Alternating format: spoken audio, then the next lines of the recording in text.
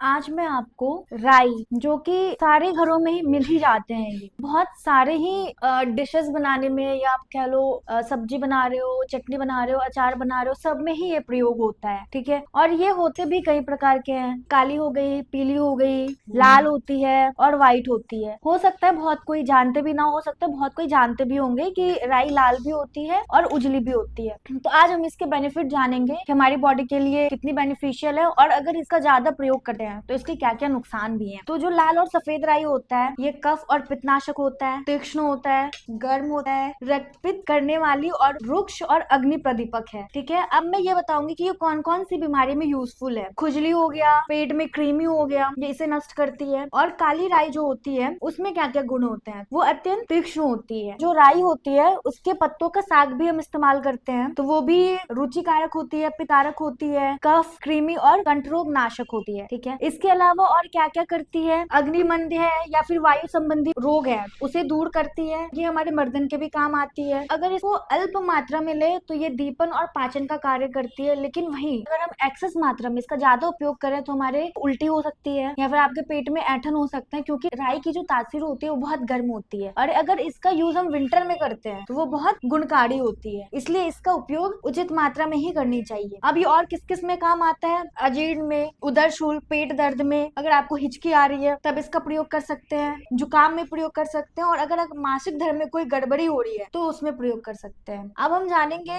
कि इसका इस्तेमाल कुछ कुछ डिजीज में कैसे करते हैं। हालांकि हम इसका डेली उपयोग करते ही है मसालों में या फिर अचार में, तो ये हमें बेनिफिट देती ही देती है। अब जैसे कि अब अजीर्ण में आपको कैसे लेना है, तो 3 ग्राम जो राई है, आप काली राई भी ले सकते हो। ठीक है। उसे आप पीस कर पानी में घोलकर उसका सेवन करना चाहिए। अगर आपके पेट में दर्द है तो आप राई का लेप लगा सकते हो। अगर हिचकी आ रही है तो आपको क्या करना है, राई को पानी में उबाल कर उसका सेवन करना है। अगर आपको जुकाम है तो आपको क्या करना है, राई में शहद डालकर आप उसका सेवन कर सकते हैं। तो इस तरह जो हमने सोचा भी नहीं था, राई उसके इतने सारे बेनिफिट है, आप इतनी सारी बीमारियों में ले सकते हो। राई के भी अलग प्रकार है और उसके अपने अपने बेनिफिट है। बस आपको इस बात का ध्यान रखना है कि आपको कुछ भी इसका एक्सेस नहीं लेना राई का, क्योंकि ये तासीर में गर्म होती है तो आपको ये नुकसान कर सकती है, आपके साइड इफेक्ट दे सकती है। अगर आपको लंबे टाइम से कोई भी डिजीज है या फिर कोई पुरानी डिजीज अभी तक चली आ रही है या क्रॉनिक डिजीज है, तो आप इस बात का खास ध्यान रखें कि आप डॉक्टर से कंसल्ट करके ही राई का सेवन करें। और अगर आपको हमसे कुछ पूछना हो या फिर कोई समस्या हो तो आप नीचे दिए गए नंबर पे कांटेक्ट कर सकते हैं। मेरा नाम डॉक्टर सोनाली है।